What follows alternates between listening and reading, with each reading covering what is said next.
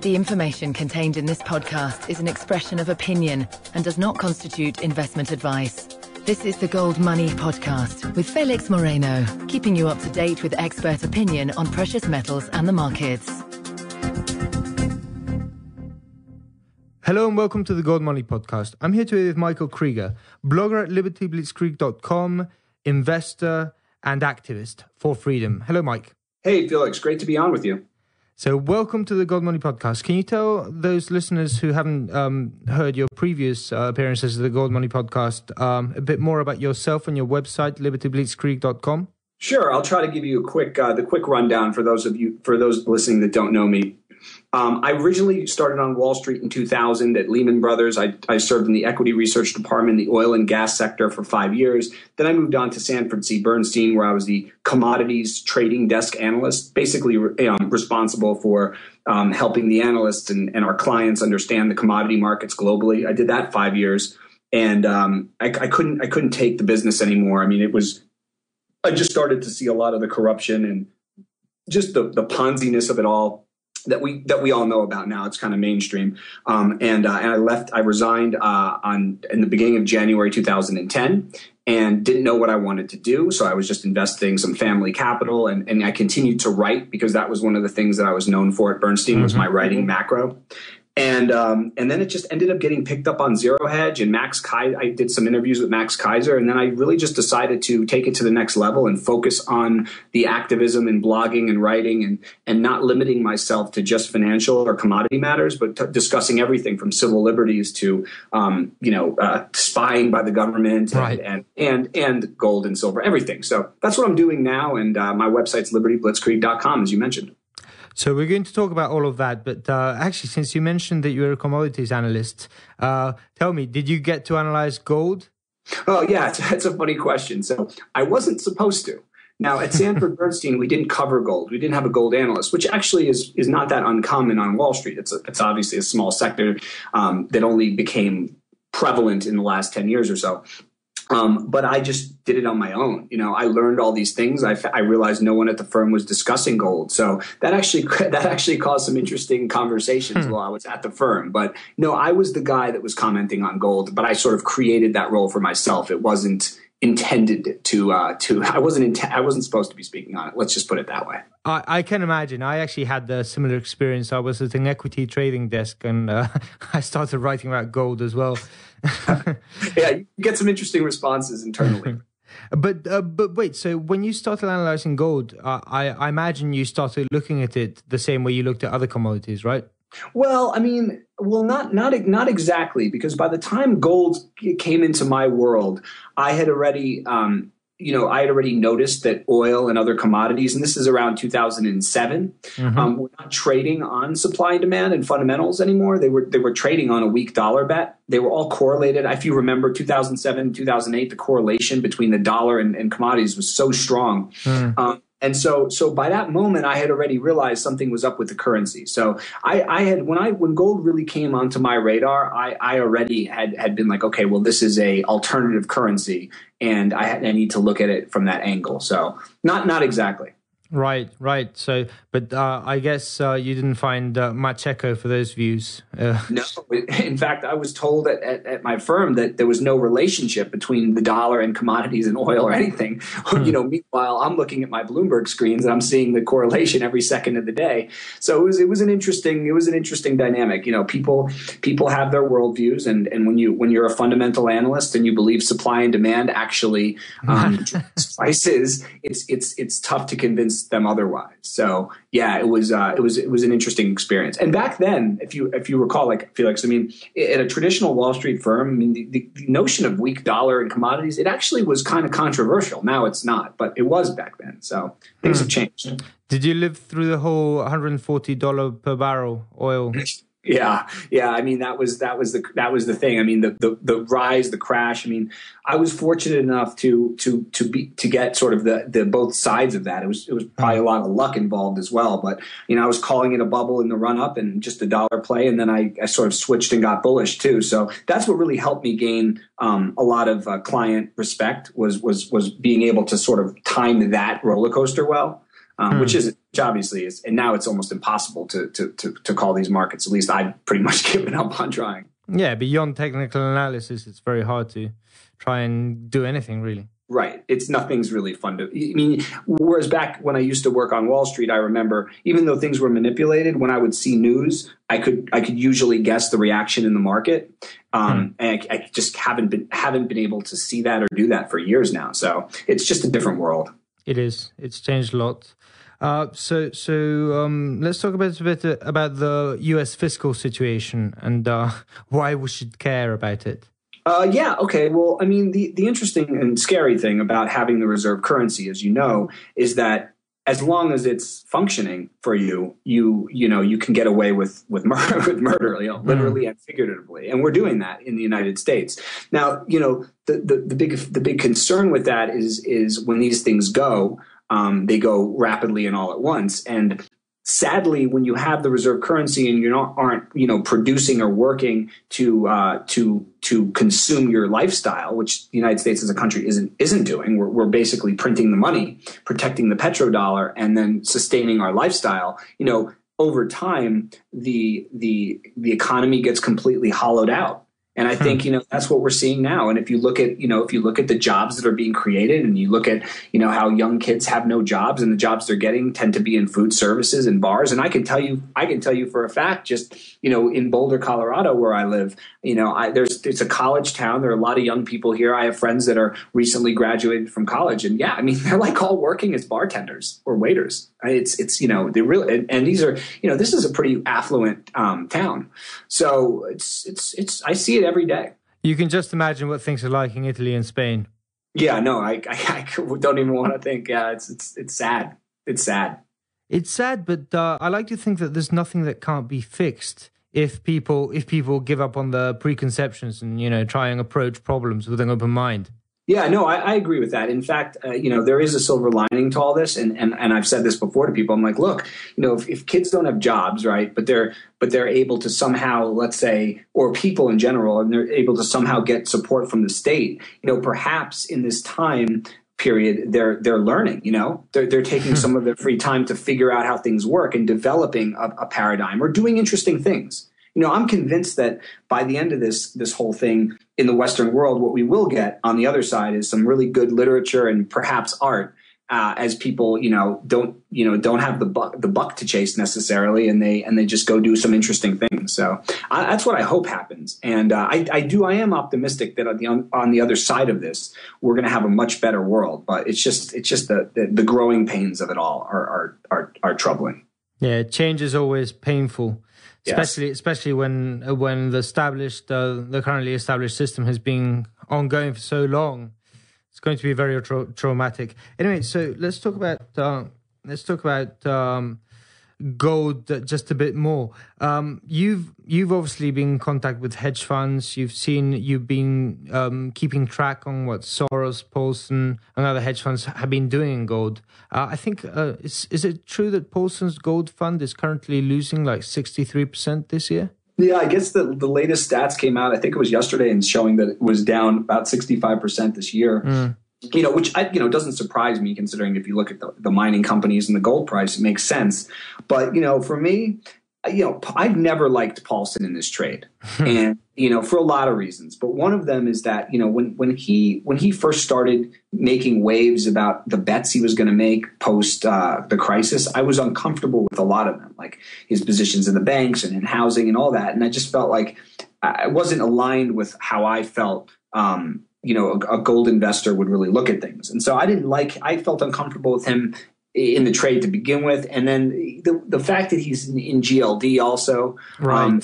Just this overhang, and everyone knows there's this huge overhang and it's one guy and the performance is terrible. So I hate to say it, and I hope it's not true, but I always kind of felt in my head that the final huge run would be when Paulson is liquidated of his GLD, which may or may not happen. But that's always, it's been an overhang that's bothered me forever. Yeah, the other guys I don't really focus on too much. Soros, he's in and out. Other hedge funds, most hedge funds I don't think are really involved. As far as physical gold, the only ones I really remember, I think Einhorn's Greenlight bought actual physical. But other than that, I mean, it seems like the U.S. investors' vehicle has been the GLD, and we've seen all of the tonnage coming out of GLD recently. And I feel like that tonnage is just being used to meet deliveries elsewhere in the physical market. So once this sort of Western selling of ETF products, which then leads to physical selling to the East, is finished, that's, we should have a nice bounce from there. And I don't know if we're there yet or not, but certainly the sentiment and some of the commentary I've been hearing lately are what you'd hear at some sort of a bottom, maybe not the final bottom, but some sort of midterm bottom. We'll have to see. It's such a manipulated market, and it's so opaque that, it's very difficult to know what's really going to happen in the near term. And I sort of given up on that in a lot of ways as of late. Of course, the simple fact that the biggest gold holdings, or at least the biggest concentrated gold holdings, are in the hands of politicians and bureaucrats means that, very few people make the decisions, right? So it's very easy for the market to move in ways that are driven by things that are not public information. Yeah, I mean, not to mention the fact that, the more we see about, and I'm just talking about the U.S. government because that's obviously the government that I am forced to slave under. You see with what they're doing with the NSA spying and everything else, and it's a clear, and the wars and the interventions, and it's very clear that there's nothing that the power structure in the United States and indeed the West will not do to maintain the status quo. And so do you consider Snowden a hero and a whistleblower, or do you consider him a traitor? Oh, I mean, I think I think he'll go down as one of the greatest American heroes of all time. And I think that the Snowden leaks will go down as one of the most important global events of all time. Now, that's in my positive outlook of the future. In a future in which Snowden is deemed a traitor, that's a world I don't even want to live in. So I'm assuming that Snowden, the Snowden effect snowballs positively into the future as the public and more importantly, the younger generation becomes aware of how duplicitous and downright evil and immoral these Western governments are. And we move to change it gradually and effectively. And so I think it's going to be, I think he is a hero, and I think he'll be seen as one of the most important figures in American history. And probably and potentially world history. We'll see. In fact, there is quite a generation gap there, because the same people who consider Woodward and Bernstein heroes for Watergate seem to be the first to jump on Snowden and think that he's some kind of traitor for revealing secrets. Yeah, I hate to say this, even though I feel it, and I love my parents to death, and they've been wonderful in every way to me. But I think that I've given up on that the baby generation. I mean, they're the only people I know that are still, like, at least in the United States, we have these two fake parties, the Democrats and Republicans, that basically bicker over non-important social issues to get people angry at each other, based on cultural or geographic lines, and they're the only group that I continue to hear, like talking about, Democrats or Republicans. It's such a childish thing, but they're just wrapped up in the past. It's a generational thing. And actually, and I hate to say this, but I think it's true that it's kind of a waiting game for us as far as, the people that are going to have to live on this planet for the next, let's say, 40 to 60 years. We just have to kind of wait these baby boomers out because they're stubborn. They still dominate wealth-wise. They still dominate politically, and we're under their thumb still as younger generations. And once they just get older and go away, I think that's when we're going to have the real chance to change things, and it will happen. But it's true that they're still in charge, but I always worry. I am very optimistic as you are, and I think things will change for the better. But I always worry that what may replace them may not be people who care more about freedom, people who are more outraged at the excesses of government, people who want a bit more rationality. but maybe we'll get some more, even more irrational young people who react to the crisis and react to the hardships by, I don't know, looking for a man in a white horse or some radical new old theory that has already been proven failed. Yeah, I think that's my biggest fear, and not anymore as much as it was. When I first started waking up to this stuff in 2007, let's say, and then really got into it in the years ahead, I was terrified of what you just said. Terrified to the point that I, was looking for a second passport. Was because we know how history goes with these sorts of things, and in a lot of ways dedicated my life to doing what I'm doing now because I was so afraid of that. And I felt like it was my duty as part of the people, explaining what's going on, what the problems is, to get this information out to as many people as possible before, it gets really, really bad, so that when it does get really, really bad, we have a well-defined solutions, or we've at least identified the true culprits and the true problem effectively enough. And I think we're doing that. I really do. I'm sorry. So you don't think that people are going to just, under 20-year-olds aren't going to jump up and say, oh, this was all the 1%'s fault. We should expropriate. We should tax them to extinction or something. I think that sort of thing could happen for sure. And there's no telling how this will exactly play out. But I will tell you this: that my experience has been, and it continues to be proven day by day, that at least in the United States where I live, the counter, let's say, ideology that's popular within, let's say, the progressive left and the libertarian right has so many things in common. And, civil liberties being one of them, money, lobbying, and politics, the military-industrial complex being opposed to that, GMOs, Monsanto. These are issues that are existential. Yes, they're across the board. Yes, and those are the issues I see people passionate about. I watched a video and I posted on my site from there were these anti-Monsanto rallies in May all over the world, I believe, and I watched the one in Denver, Colorado, which is the capital of the state I live in, and I was so impressed to see these young kids that were anti-Monsanto. That was their primary concern. Talking about the Federal Reserve. And not only that, the guy that was leading the charge of this rally kept saying, without the Fed, there's no Monsanto. And so this link is being made and it's happening. And so I'm very encouraged by that. I don't think that, now we don't know, because the United States hasn't collapsed yet or hasn't had serious problems like many countries in Europe to really tell what our true colors are going to be. But I continue to be encouraged.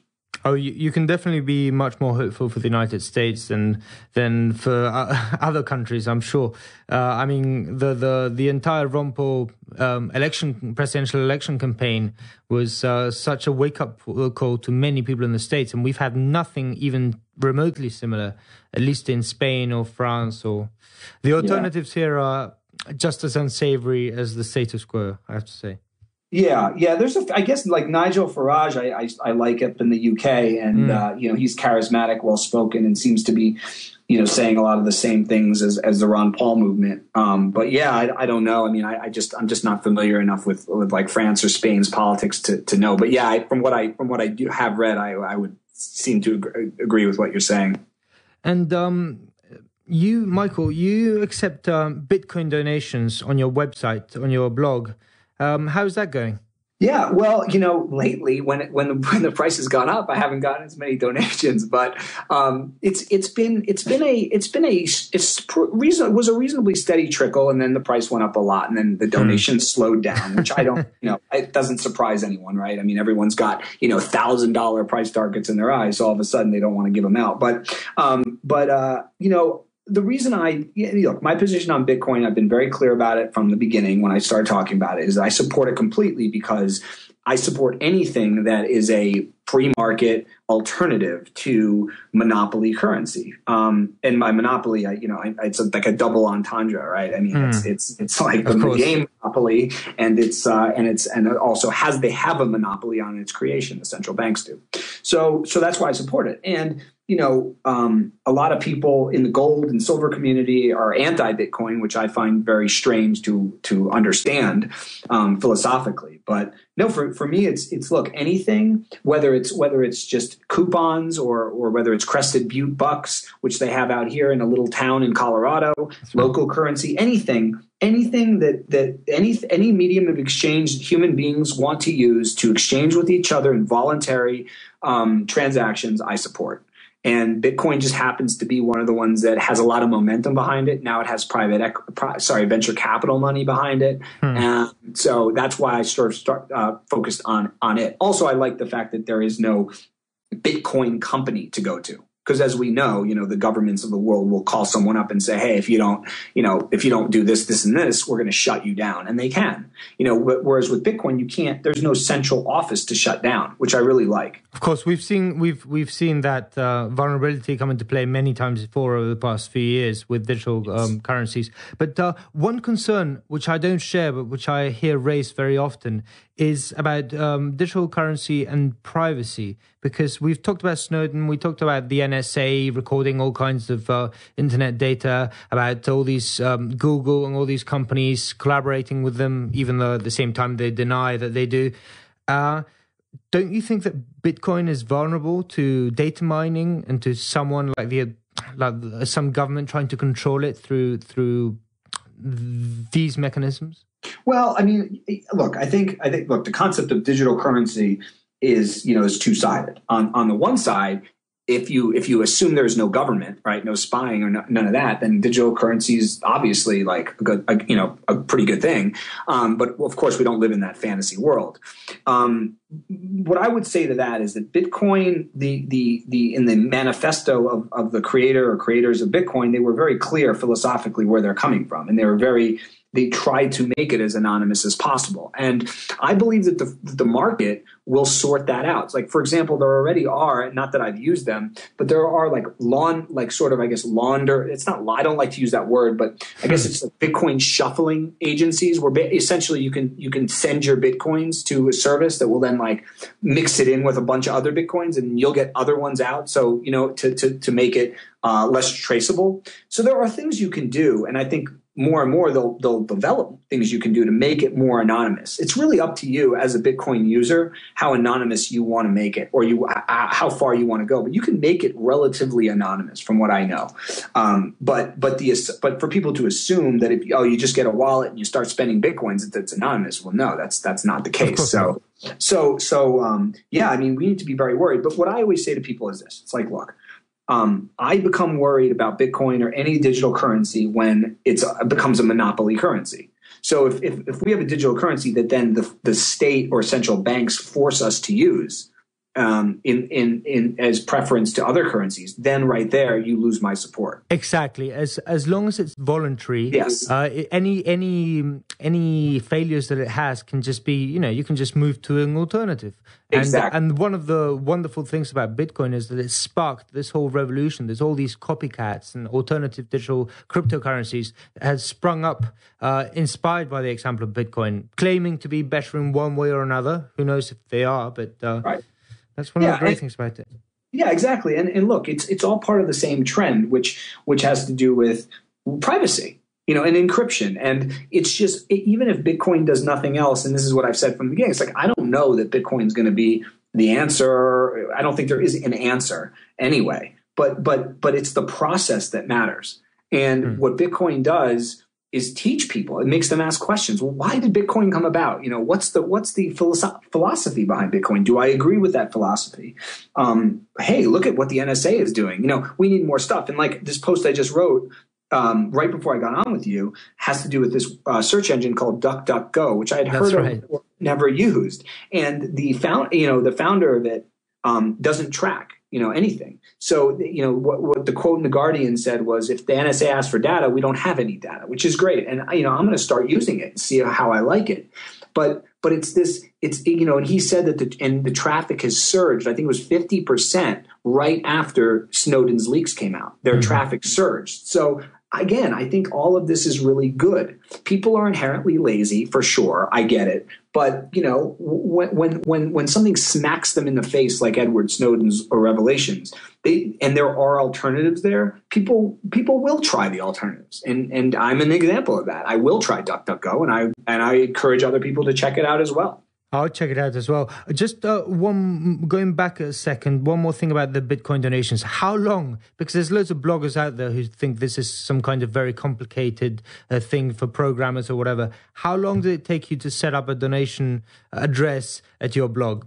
Yeah. Okay. So that's a good question. Now, I happen to have a tech person that helps me with my site, who's very smart. So he does this stuff for me, and he got me up to speed on it over the course of a few hours. I basically decided one day, hey, I want to get Bitcoin up. Tell me about it. And he did, and he got it up, and it was very easy. But what I found also is there are so many resources now, whether it's you go to BitPay or you go on the internet, and you can find these videos where all you have to do is watch a few videos, and it'll explain to you how to do everything, how to download a wallet, how to buy Bitcoins, how to get them, so it's actually really easy for me. It was even easier because I had someone that's very technically savvy. But since then, I've done a lot of things on my own, like like a wallet on my PC and things, and playing around with sending Bitcoins. And I even launched a T-shirt on my site. I made a T-shirt that says "Bought with Bitcoin," which I'm only selling for Bitcoin. So that was something that I decided to do again to just see how easy it would be. And integrating BitPay and doing that was so simple that it was shocking. So I think it's more scary for people when they first hear about it. It sounds confusing and they don't even want to try it. But my suggestion would be, hey, check out some videos and then try it. Try it for yourself. And everyone that I've explained it to and that has tried it for themselves has found it pretty easy to do once you actually get down to doing it and get over the fear of it. So that's my suggestion. Yeah, in fact, you can probably set up a donation address in about 30 seconds on a blog, right? It's just a bit of text. Yeah, it's exactly. It's a pretty easy thing to do. You just need to have an address. It's like any other page on a website. You just create a banner and it links back, and you say, well, send them here, and you have a QR code or an address, and it's simple. Yeah, it's very simple. Because this is all actually this sort of brings me to the point that the whole idea behind Bitcoin and behind many of the things that we talk about is this whole fight between centralized power, centralized control, central planning, and decentralized systems, markets, freedom. Yeah, that's why I stopped writing as much about gold and silver in the financial system as I used to, because as you say, what's happening in the world right now, it's every aspect of our lives that have been centralized behind our backs, whether it's the food production industry or the medical industry, or the financial industry. It's or the military industrial complex. It's all been centralized aggressively behind our backs to control us and to solidify positions of power for those that are very rich and powerful. And what I believe the future is, and the future of freedom will be, and it really is only allowed to work, I think, well because of the internet and connectivity, is aggressive decentralization. And that doesn't mean, of course, being separated. Like, look at us right now having this conversation over the Atlantic, right?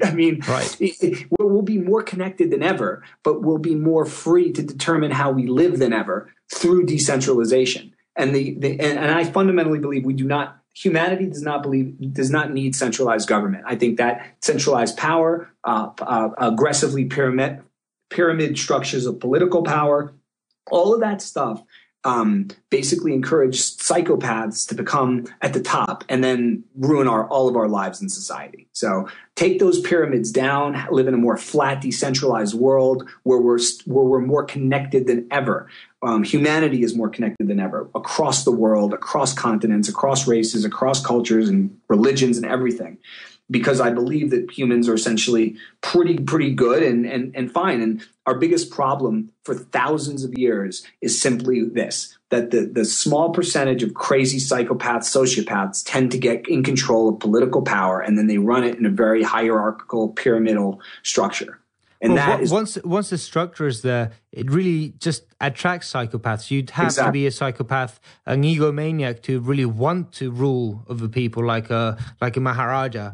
Right. And you see also, even if you watch, I mean, the incredible similarities, if you watch gang movies to respected politics in the world, it's the same. Right. It's like these guys that become leaders of gangs are the ones that will go out and kill everyone above them and will kill anyone below them that threatens their power. And, Yeah, there was a phrase in the Road to Serfdom by Hayek, which, in fact, I think it was a whole chapter called The Worst Rise to the Top. Yep. No, exactly. I mean, I love that book, and I actually wrote a little summary of it 2 years ago on my site. But yeah, I remember that chapter. It was one of the best chapters. And yeah, it's human nature, and that's why. I mean, that's what people need to understand. It's like these structures, these hierarchical, extremely hierarchical political structures do not work. They don't work for us. They work for a very small minority of the sociopaths. And it's I fundamentally believe that 100 years from now, our grandchildren and great grandchildren, will look back and say, how, just the way we look back at slavery now. They'll look back at our political systems and our Federal Reserve and fiat money and central banking. I believe they will look at that as the way we look at slavery. And the way we look at the Soviet Union, right? Exactly. To say, how could they even imagine that was going to work? Right. It will be that preposterous, and it will be that unfathomable. But that's the interesting thing about all this, right? It's that whenever you're in a situation in the present, it's easy to look back into the past and say, oh well, if I lived in slavery times, I'd definitely be an abolitionist or opposed to it. But of course, 90% of those people wouldn't be. They would go along to get along. They would shut up, and they would try to increase their socioeconomic position without any regard to the morality of the systems in place at the time. And that's what's happening now. It's just crazy how as amazing as human beings are, it's incredible how short-sighted we can be too, and in groups. I think it's a Nietzsche quote, right, where he said like. I think it was him, something to the degree of insanity in individuals is rare, but in groups it's the norm. Yeah, I think that's true. Nevertheless, we're not nihilists here. We're very optimistic, and I grow ever more optimistic when I see people like you writing libertyblitzkrieg.com and worrying about these kinds of things. Michael, I'm going to say goodbye here. Thank you very much for being on the Gold Money podcast. Actually, we could talk so much more, but we've run out of time. So I'd very much like to have you back, and hopefully we will see a much better world in the future. Thanks for the kind words, Felix, and I very much enjoyed the interview. Thank you. Thank you very much, Michael. Subscribe to the Gold Money newsletter at www.goldmoney.com to receive email updates on new articles, videos, and iTunes podcasts from our Gold Research section.